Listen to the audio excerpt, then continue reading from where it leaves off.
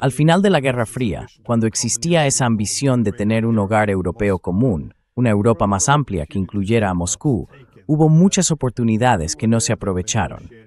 Usted estaba allí entonces, negociando o asesorando a Polonia. Asesoró a la Unión Soviética bajo Gorbachev y más tarde a Rusia bajo Yeltsin. ¿Qué era lo que ellos querían en comparación con lo que querían los estadounidenses? ¿Por qué no fue posible alcanzar un acuerdo posterior a la Guerra Fría que resultara aceptable para ambas partes?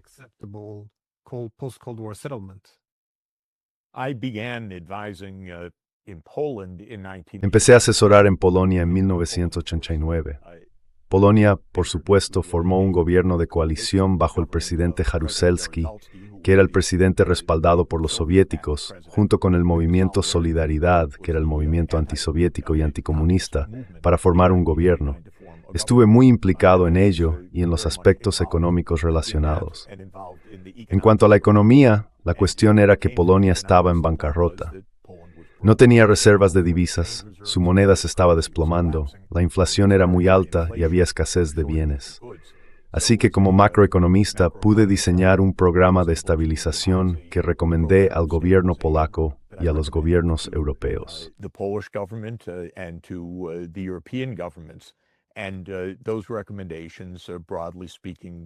Esas recomendaciones, en términos generales, fueron respaldadas.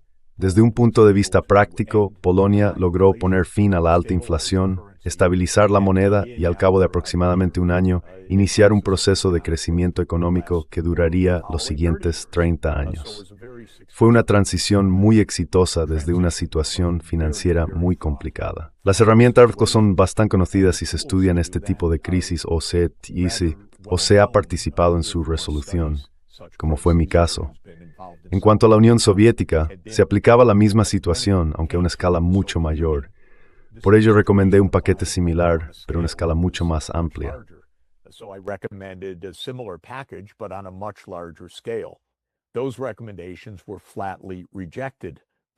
Esas recomendaciones fueron rotundamente rechazadas por Occidente. El mismo tipo de política económica que estaba funcionando en Polonia fue rechazado por el gobierno de Estados Unidos. 25 o 30 años después, leí las actas de la reunión de la Casa Blanca en la que se tomó esa decisión. Me quedé sorprendido por la ligereza, la desfachatez y la ignorancia de los participantes en aquella reunión. Así que, naturalmente, había un elemento de maquiavelismo y otro de fanfarronería por parte de los vencedores de la Guerra Fría, tal como ellos la veían. Pero también había, Glenn, pura estupidez. Gente que no entendía nada sobre estabilización económica, nada sobre lo que necesitaba el gobierno de Gorbachev y así sucesivamente.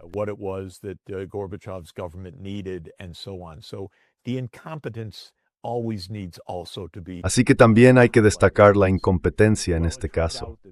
Resultó que tanto en el caso soviético como más tarde, en el caso ruso, tras la disolución de la Unión Soviética, Occidente no mostró el menor interés en ofrecer ni siquiera el tipo más básico de apoyo financiero para poner fin a una profunda crisis. Al mismo tiempo, escuché directamente del presidente Gorbachev y del presidente Yeltsin que lo que ellos querían era lo mismo que quería Polonia: poner fin a las divisiones, un hogar unido. La palabra favorita del presidente Yeltsin era normal. Rusia debía ser normal. Sin más revoluciones, sin más Volvos, sin más Guerra Fría, simplemente normal.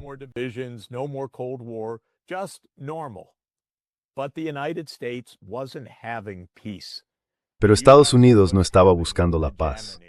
Estaba buscando la hegemonía. Esa es la diferencia. La paz significa que tratas a tus contrapartes con respeto e incluso las ayudas a corto plazo. La hegemonía significa que aplastas a tus contrapartes porque tu objetivo es dominar. Y eso fue lo que obtuvimos en su lugar. Por eso la ampliación de la OTAN estaba sobre la mesa cuando Rusia no solo no representaba una amenaza, sino que decía exactamente lo contrario. No obstante ni unirse a la OTAN, quería una seguridad europea, aún no amenaza, pero a Estados Unidos no le interesaba la ausencia de amenaza. A Estados Unidos interesaba dominación, y eso fue lo que presencié en aquel momento.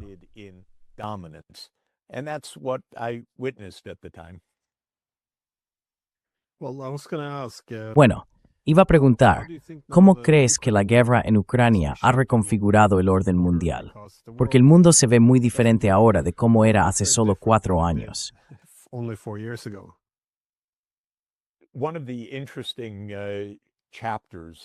Uno de los capítulos más interesantes del libro de 1997 de Zbigniew Brzezinski, El Gran Tablero Mundial, plantea la siguiente pregunta.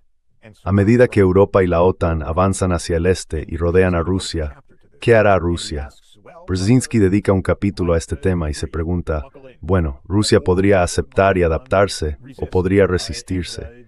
Podría formar una alianza con China, por ejemplo, o con Irán. Brzezinski analiza todo esto y declara con gran seguridad que no hay ninguna posibilidad de que Rusia haga otra cosa que aceptar su vocación europea. Rusia no tiene otra opción. Eso resultó ser rotundamente erróneo. Rusia dijo, de acuerdo, adiós, nos orientamos hacia Eurasia, nos orientamos hacia China, lo cual, por cierto, es una gran combinación económica. Rusia y China tienen economías muy complementarias, al igual que Rusia y Europa, por cierto.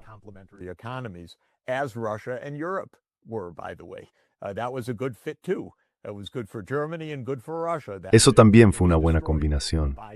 Fue bueno para Alemania y bueno para Rusia. Esa asociación funcionó. Fue destruida por Occidente a través de sus 20 rondas de sanciones y demás. Pero Rusia dijo sí, miraremos en otra dirección, hacia la India, hacia China, hacia Asia Central, hacia Asia Occidental, hacia África. Ese es el mundo que se está construyendo ahora mismo. Así que Estados Unidos pensó, somos el hegemón, dirigiremos el espectáculo. Pero en realidad, lo que tenemos es un matón en Estados Unidos, todavía muy violento y muy poderoso, sin duda, y una Europa vasalla, completamente confundida, desmoralizada y dividida. Estados Unidos, Europa, Gran Bretaña, Japón, Corea en cierta medida, Australia en cierta medida y Nueva Zelanda juntos representan alrededor del 12% de la población mundial.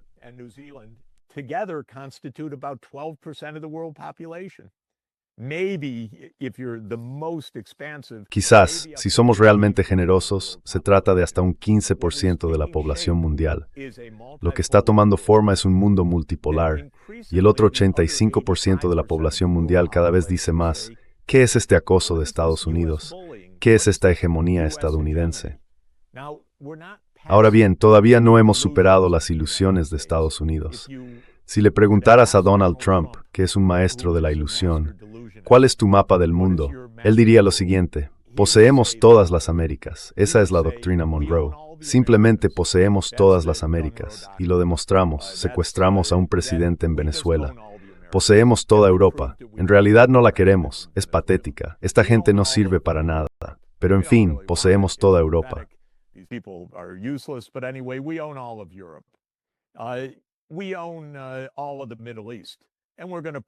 Poseemos todo Oriente Medio y vamos a demostrarlo porque vamos a ir a la guerra con Irán. Poseemos la India porque la India tiene miedo de China y poseemos la mitad del sudeste asiático y del Pacífico, así que estamos rodeando a China. Así que estamos bastante bien, seguimos al mando. Esa es la visión estadounidense delirante del mundo, bastante peligrosa. La otra visión del mundo, y por cierto no mencioné África, porque Estados Unidos no piensa en África, salvo para obtener el cobalto, nada más, y algunas tierras raras.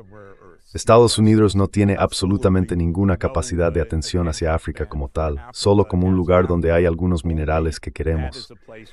Ahora bien, si se observa el mundo desde otro punto de vista, los países BRICS dirían, bueno, básicamente somos la mitad del mundo. We're basically half the world. We are Russia, India, China. Somos Rusia, India, China, Brasil, Sudáfrica, ahora Egipto, Etiopía, los Emiratos Árabes Unidos, Irán e Indonesia.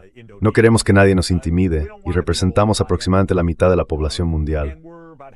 La Unión Africana en su conjunto son 55 países con casi el 20% de la población mundial. Será el 25% a mediados de siglo.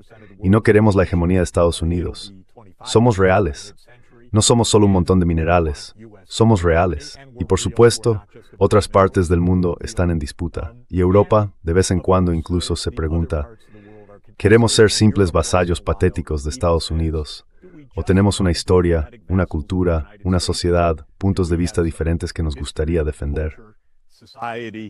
different points of view that we would like. So Europe doesn't quite totally accept its vassal. Así que Europa no acepta del todo su condición de vasallaje, y creo que la forma justa de expresarlo es que Estados Unidos, en términos relativos, ya no tiene nada parecido a la autoridad, la reputación o el deseo de mantener alianzas en el resto del mundo.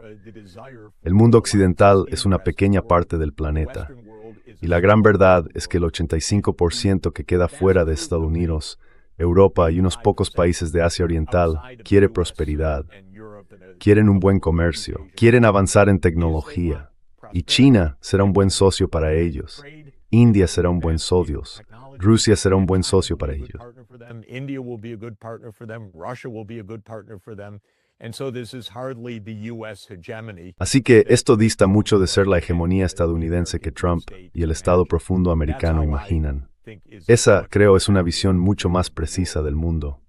Cuanto antes Estados Unidos supere sus delirios, esperemos que lo bastante rápido como para evitar una guerra con Irán, que sería desastrosa, mejor estará el mundo entero, incluido el propio Estados Unidos.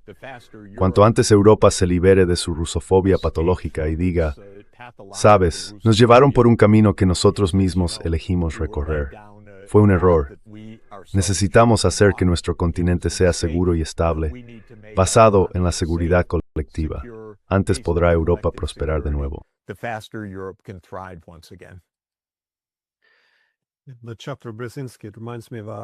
El capítulo sobre Brzezinski me recuerda a un discurso que Joe Biden dio en el Atlantic Council allá por el 97, donde dijo que los rusos estaban preocupados por la expansión de la OTAN.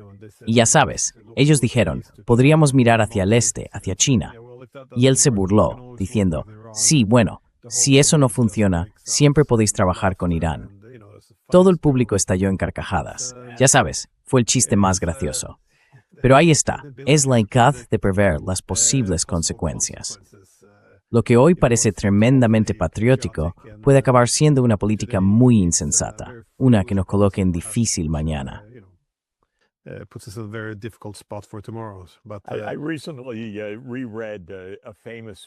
Recientemente releí un famoso discurso del archiimperialista Joseph Chamberlain, jefe de la Oficina Colonial Británica, que pronunció en 1897.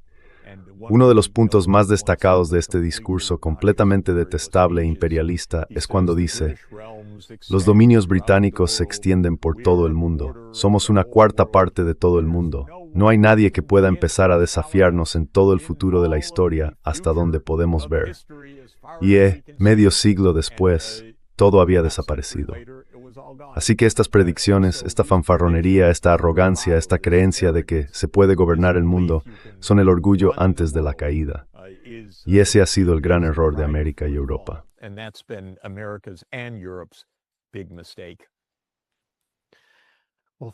Bueno, gracias como siempre por tomarte el tiempo. Lo aprecio mucho. Sé que tienes un día importante por delante, así que te dejo. Gracias de nuevo. Bien, het lemok de Syria nu op rond voor. Queer